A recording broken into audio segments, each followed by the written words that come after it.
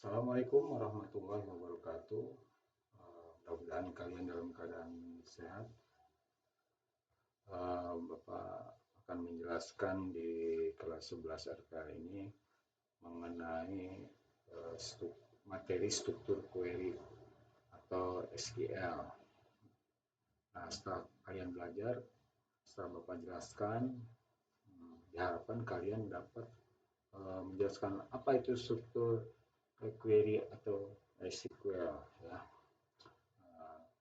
Tolong perhatikan, jangan ngobrol dan siapkan alat tulis kalian dan silakan nanti bertanya apa ya, yang kira-kira menurut kalian kurang jelas.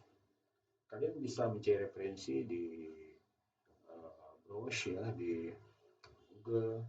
Silakan apa itu kalian cari mengenai materi struktur query ini. Baiklah, Bapak akan melanjutkan.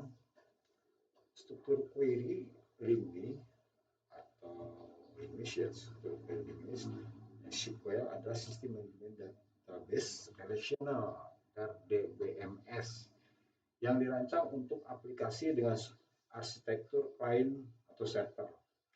Istilah client, server, dan client atau server dapat digunakan untuk merujuk kepada konsep yang sangat umum atau hal yang spesifik dari perangkat keras atau perangkat lunak.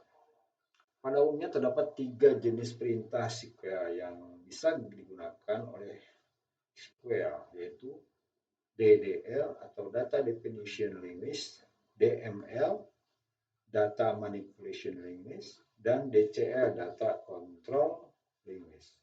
Berikut ini penjelasan dan daftar masing-masing perintah SQL. Pertama, DDL atau Data Definition Language. DDL merupakan perintah SQL yang berhubungan dengan pendefinisian suatu struktur database, dalam hal ini database dan table. Beberapa perintah dasar yang termasuk DDL antara lain adalah create. Create ini membuat database atau create database, create table ya. Kemudian yang kedua, alter. Alter ini perintah yang digunakan untuk mengubah struktur atau mengubah informasi. Perintah alter bisa digunakan untuk database ataupun tabel, misalkan mengganti nama database, mengganti record ya. Kemudian rename, yaitu perintah rename biasanya digunakan untuk mengubah nama tabel. Apabila sebuah tabel ingin diganti namanya, maka menggunakan perintah rename. Yang keempat, drop. Perintah drop ini digunakan untuk menghapus. Maka apabila menggunakan perintah ini harus berhati-hati karena drop dapat mengakses database, tabel, kolom, indeks, dan prosedur yang lainnya. Sehingga kalau kalian salah memerintahkan untuk menghapus, maka bisa jadi database-nya terhapus, tabelnya terhapus.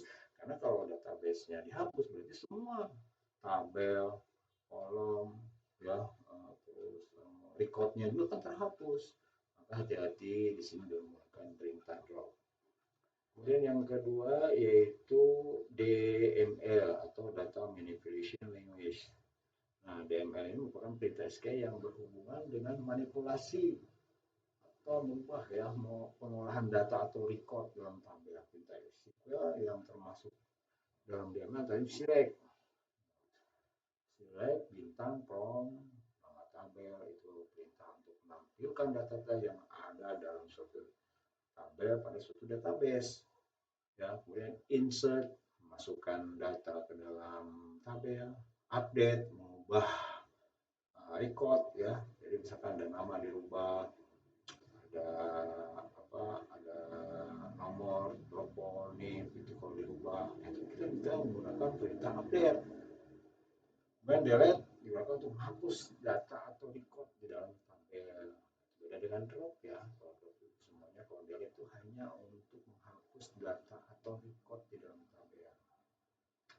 Yang ketiga dari SQL ini adalah DCL atau Data Control Language ya. DCL merupakan perintah SQL yang berhubungan dengan manipulasi user dan hak akses atau privilege. Perintah SQL yang termasuk dalam DCL antara lain grant atau grant ya, perintah grant digunakan untuk memberikan hak akses atau izin pada user di database untuk dapat mengakses database tersebut. Selain itu, perintah grant juga dapat digunakan untuk menambahkan user atau pengguna baru di DBMS. Dan revoke, perintah revoke adalah kebalikan dari perintah grant. Perintah revoke digunakan untuk menghapus atau mencabut izin hak akses. Artinya seorang mempunyai hak akses, kemudian dia di-delete, nah itu nanti menggunakan revoke. Berikut ini beberapa kegunaan dari SQL, antaranya SQL mungkin Anda mengakses manipulasi database, SQL dapat mengeksekusi query terhadap database, SQL dapat mengubah data dari database, dapat menyisipkan catatan dalam database, dapat memperbarui catatan, menghapus, membuat database baru, membuat tabel, membuat prosedur yang tersimpan dalam database, membuat pemandangan dalam database, mengatur hak akses pada tabel, prosedur, pandangan. Itulah ya, 3 jenis struktur SQL. Mudah-mudahan kalian bisa dapat memahaminya, dan silakan kalian bertanya kalau misalkan ada yang kurang jelas. Untuk realisasinya atau untuk prakteknya nanti kita coba perintah DDL, PML, dan DC. Terima kasih. Mudah-mudahan bermanfaat. Assalamualaikum warahmatullahi wabarakatuh.